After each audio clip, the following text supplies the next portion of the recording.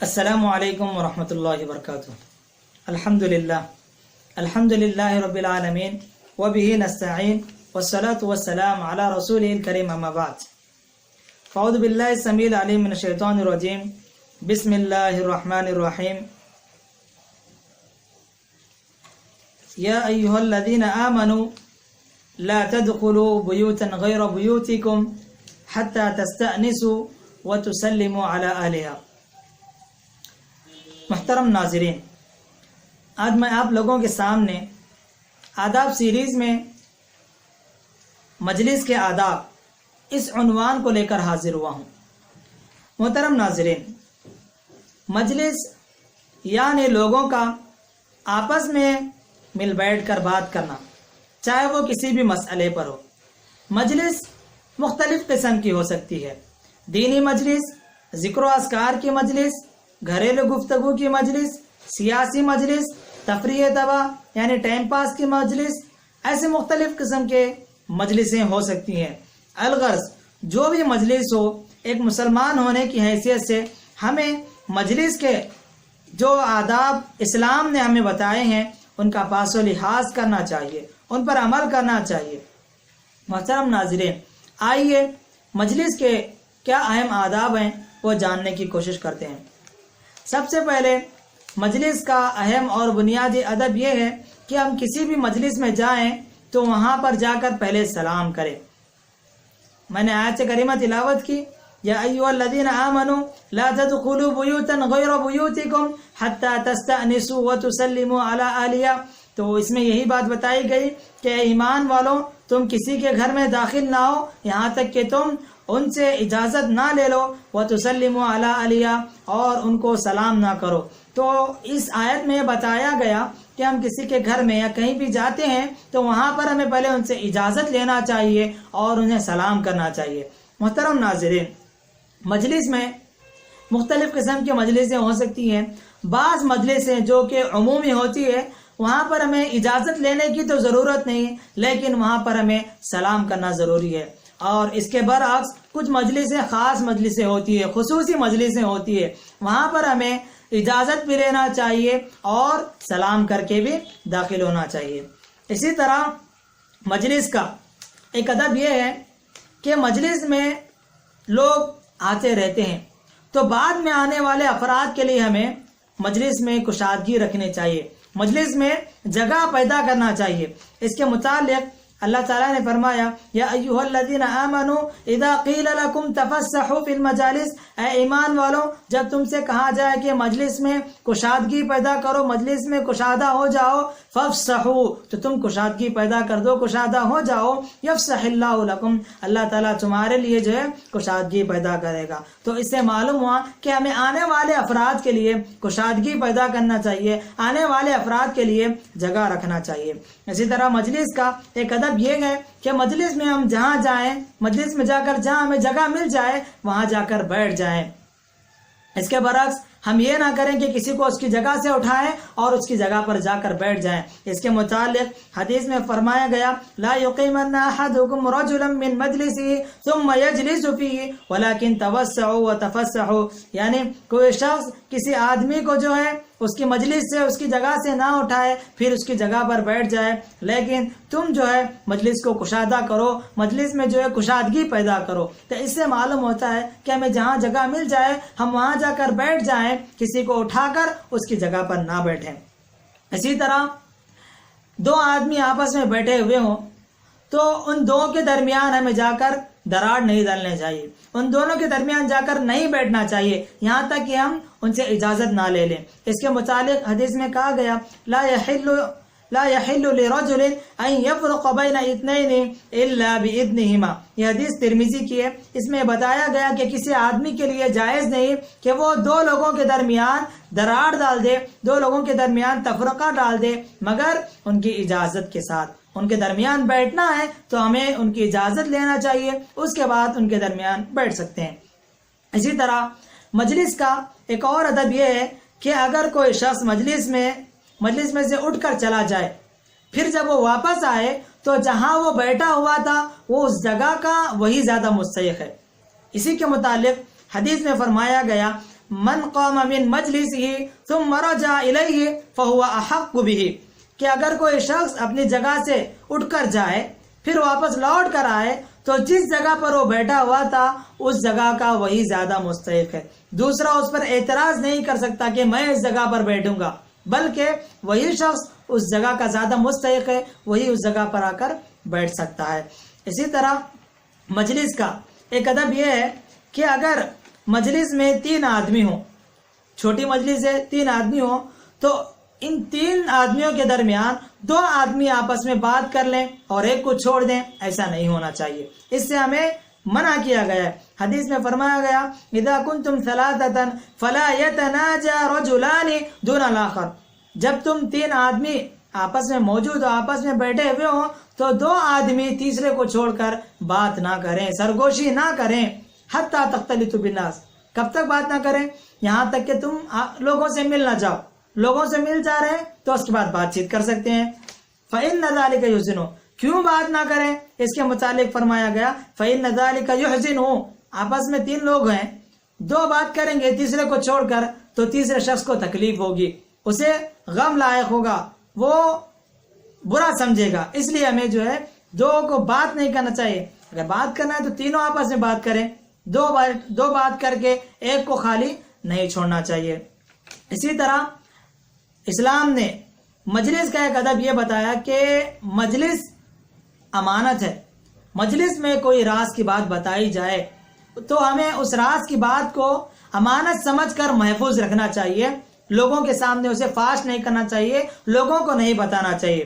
حدیث میں فرمایا گیا انما المجالس بالامانہ، کہ مجلسیں امانت ہوتی ہیں، تو ان کو جیسے امانت ہم حفاظت سے رکھتے ہیں ویسے مجلس کی باتوں کو بھی ہمیں امانت سمجھ کر مجلس کے رازوں کو، مجلس کی باتوں کو جو حفاظت کرنا چاہیے، لوگوں کے سامنے ان کا ذکر نہیں کرنا چاہیے۔ مجلس البتہ مجلس ایسی ہو کہ وہاں پر اسلام کے خلاف باتیں ہو رہی ہوں، اسلام کی تعلیمات کے خلاف باتیں ہو رہی ہوں، تو ان کو راز کے طور پر رکھنا ضروری نہیں، بلکہ ہم انہیں دوسروں تک پہنچا سکتے ہیں، دوسروں کو بتا سکتے ہیں، دوسروں کو آگاہ کر سکتے ہیں۔ اسی طرح ہمیں مجلسوں کا انتخاب بھی کرنا چاہیے، اچھی مجلسوں کا انتخاب کریں، بری مجلسوں کا نہ کریں۔ اچھی مجلسیں یعنی اچھے دوست احباب کا۔ مجلسیں کیسے بنتی ہے؟ دوست احباب کے مل بیٹھنے سے، لوگوں کے مل بیٹھنے سے بنتی ہے، تو ہمیں اچھے دوستوں کا، اچھی مجلسوں کا انتخاب کرنا چاہیے۔ ایک حدیث میں اللہ کے نبی کریم صلی اللہ علیہ وسلم نے اچھے دوستوں اور برے دوستوں کی مثال دیتے ہوئے فرمایا کہ اچھے دوست کی مثال ایسی ہے کہ ایک عطر فروش، عطر بیچنے والا، عطر بیچنے والے سے اگر ہم دوستی کریں گے، اگر ہم اس سے عطر نہ بھی خریدیں تو ہم اس کے پاس سے خوشبو پائیں گے، خوشبو ہمارے اندر محسوس ہوگی۔ اگر ہم برے دوست سے دوستی کرتے ہیں تو اس کی مثال لوہار کی بتائی گئی۔ لوہار، اس کے پاس اگر ہم کچھ خریدیں یا نہ خریدیں، لیکن اس کے لوہے کی بدبو جو ہوتی ہے، انگار کی جو بدبو ہوتی ہے، وہ ہمارے اندر محسوس ہوگی، دھوئیں کی بدبو ہمارے اندر محسوس ہوگی۔ تو اچھے دوستوں کا، اچھی مجلسوں کا انتخاب کرنا چاہیے، بری مجلسوں سے ہمیں اجتناب کرنا چاہیے، بری مجلسوں سے بچنا چاہیے۔ اسی طرح عام راستوں پر لوگوں کی جو شاہراہ ہوتی ہے، لوگوں کا جو راستہ ہوتا ہے، ان راستوں پر بھی ہمیں مجلسیں قائم نہیں کرنا چاہیے۔ اس کے متعلق اللہ کے نبی کریم صلی اللہ علیہ وسلم نے صحابہ کو ایک مرتبہ تنبیہ کرتے ہوئے فرمایا ایاکم الجلوس علی الطرقات، کہ تم راستوں پر مجلسیں جمع کرنے سے بچو، بیٹھنے سے بچو۔ تو طویل حدیث ہے، اس میں اللہ کے نبی نے آگے چل کر جو ہے راستے کے آداب بتایا، لیکن اس حدیث سے ہمیں یہ معلوم کرنا ہے کہ راستوں پر مجلسیں قائم کرنے سے اللہ کے نبی نے منع کیا ہے، اجتناب کرنا چاہیے راستوں پر مجلسیں قائم کرنے سے۔ اسی طرح مسلمانوں کی ہر مجلس میں ذکر اللہ ہونا چاہیے۔ ہم مسلمان ہیں، ہمارے مجلسوں میں اللہ کا ذکر ہونا چاہیے، رسول اللہ صلی اللہ علیہ وسلم پر درود ہمیں بھیجنا چاہیے۔ اس سے متعلق ایک حدیث میں فرمایا گیا ما جلس قوم مجلسا لم يذكر الله تعالى فيه ولم يصلوا على نبيهم الا كان عليهم ترتن، اور ایک حدیث میں ترتن کہا گیا فإن شاء عذبه وإن شاء غفر لهم، کہ لوگ کسی مجلس میں بیٹھتے ہیں جس میں اللہ کا ذکر نہ ہوتا ہو اور اللہ کے نبی پر درود نہ بھیجا جاتا ہو، تو یہ ان کی طرف سے غلطی ہے. اللہ کے ذمے ہے کہ وہ چاہے تو انہیں معاف کرے اور اگر چاہے تو اللہ تعالیٰ انہیں عذاب بھی دے. تو ہمیں اپنی مجلسوں کے اندر، اسلامی مجلسیں ہیں، ہم مسلمان ہیں، ہماری مجلسوں کے اندر اللہ کا ذکر بھی ہونا چاہیے اور رسول اللہ صلی اللہ علیہ وسلم پر ہمیں درود بھی بھیجنا چاہیے.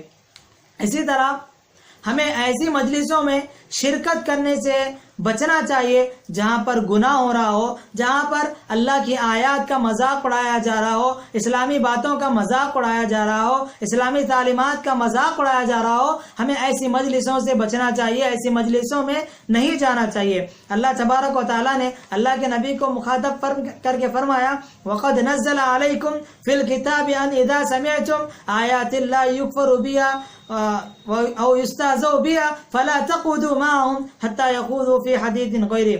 اللہ تعالیٰ نے آپ پر کتاب میں یعنی قرآن مجید میں یہ نازل کیا ہے کہ جب تم اللہ تعالیٰ کی آیتوں کا اس بات کو سنو کہ اللہ تعالیٰ کی آیتوں کو جھٹلایا جا رہا ہے اور اس کا مذاق اڑایا جا رہا ہے تو تم ایسے لوگوں کے ساتھ نہ بیٹھو، ایسے لوگوں کی مجلسوں میں نہ بیٹھا کرو.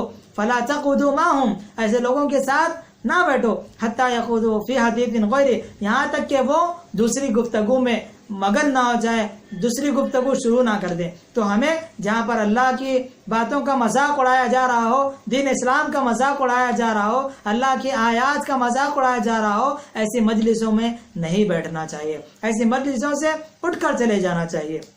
اسی طرح ایک ادب یہ ہے کہ مجلسوں میں ہم غیبت نہ کریں، یہ بے ادبی ہے، یہ اسلام کی تعلیم کے خلاف ہے.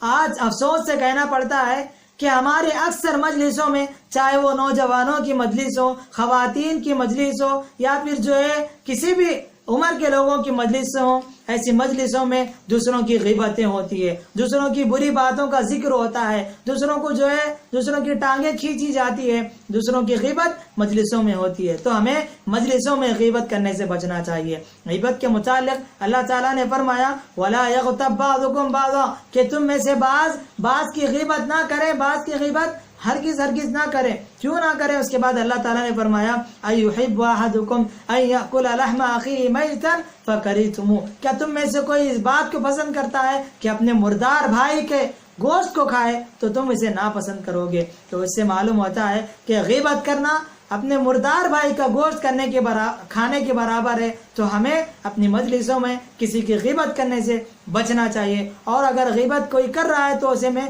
روکنا چاہیے. اسی طرح مجلس میں ناشائستہ اور بد اخلاقی کے کام نہیں کرنے چاہیے. بد اخلاقی کام کیا ہے کہ مجلس میں کیا ہوتا ہے، لوگ جو ہے اپنے ناک میں انگلی کرتے رہتے ہیں، کان میں انگلی کرتے رہتے ہیں، موبائل میں مصروف رہتے ہیں. اسلامی مجلسیں ہوتی ہیں، اللہ کی باتیں سنائی جاتی رہتی ہیں، حدیث کا ذکر ہوتا ہے، قرآن آیت پڑھی جاتی ہیں. ایسی مجلسوں میں لوگ ہنسی مذاق کرنے میں مصروف رہتے ہیں، اپنی آپسی باتوں میں گفتگو کرنے میں مصروف رہتے ہیں. تو ایسی چیزوں سے بھی ہمیں جو ہے مجلس میں اجتناب کرنا چاہیے. یہ ناشائستہ چیزیں ہیں، بد اخلاقی کی چیزیں ہیں، ایسی چیزوں سے بھی ہمیں بچنا چاہیے. اسی طرح آخر میں ایک اور اہم مجلس کا ادب میں بیان کر کے اپنی بات ختم کروں گا.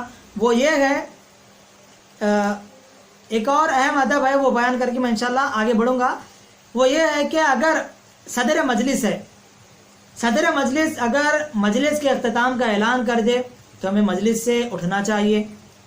اور اگر صدر مجلس کسی ایک خاص انسان کو بھی اٹھنے کا حکم دے تو اسے بھی اٹھ کر چلے جانا چاہیے. اس کے متعلق کہا گیا وَإِذَا قِيلَ انشُزُوا فَانشُزُوا يَرْفَعِ اللَّهُ الَّذِينَ آمَنُوا مِنكُمْ، کہ جب تمہیں جو ہے اٹھ کر جانے کا حکم دیا جائے تو تم اٹھ کر چلے جاؤ.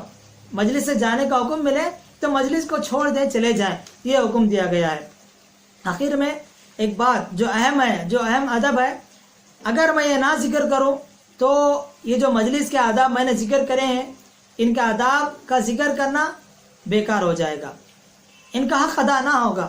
وہ ادب یہ ہے کہ ہم جب مجلس ختم کریں تو کفارہ مجلس کی دعا پڑھیں. کفارہ مجلس کی دعا کیا ہے؟ وہ یہ ہے کہ ہماری مجلسوں کے اندر ہم بے جا گفتگو بھی کرتے ہیں، انجانے میں ہم سے غلطیاں ہو جاتی ہیں، گالی گلوچ بھی کبھی کبھار ہو جاتا ہے، یا پھر جو ہے ہم سے کوئی گناہ بھی ہو جائے تو ہمارے مجلسوں میں غلطیاں ہو جاتی ہیں. تو ان تمام گناہوں کا، ان تمام غلطیوں کا کفارہ ہے یہ دعا. تو یہ دعا ہمیں پڑھنا چاہیے. اس سے متعلق جو حدیث میں فرمایا گیا کہ وہ دعا یہ ہے، سبحانک اللہم وبحمدک اشہد ان لا الہ الا انت استغفرک واتوب الیک. ترمذی کی حدیث میں یہ حدیث موجود ہے، ترمذی میں حدیث نمبر 3433. اس میں یہ دعا بتائی گئی ہے. تو ہمیں مجلس کے اختتام میں کفارہ مجلس کی یہ دعا پڑھنی چاہیے. اس کی وجہ بھی آخر میں بتائی گئی، الا غفر له ما كان في مجلسی ذلك، کہ جب ہم یہ دعا پڑھتے ہیں تو مجلس کے اندر ہمارے جو غلطیاں ہو جاتی ہیں ان تمام غلطیوں کا یہ دعا کفارہ بنتی ہے. تو اللہ تعالیٰ سے دعا ہے کہ اللہ تبارک تعالیٰ ہمیں اسلام نے مجلس کے جو آداب بتائے ہیں ان پر عمل کرنے کی توفیق عطا فرمائے اور اسلام پر چلنے کی توفیق عطا فرمائے. اقول قولی ھذا استغفر اللہ لی ولکم ولسائر المسلمین من کل ذنب فاستغفروه انه هو الغفور الرحیم. والسلام علیکم ورحمۃ اللہ وبرکاتہ.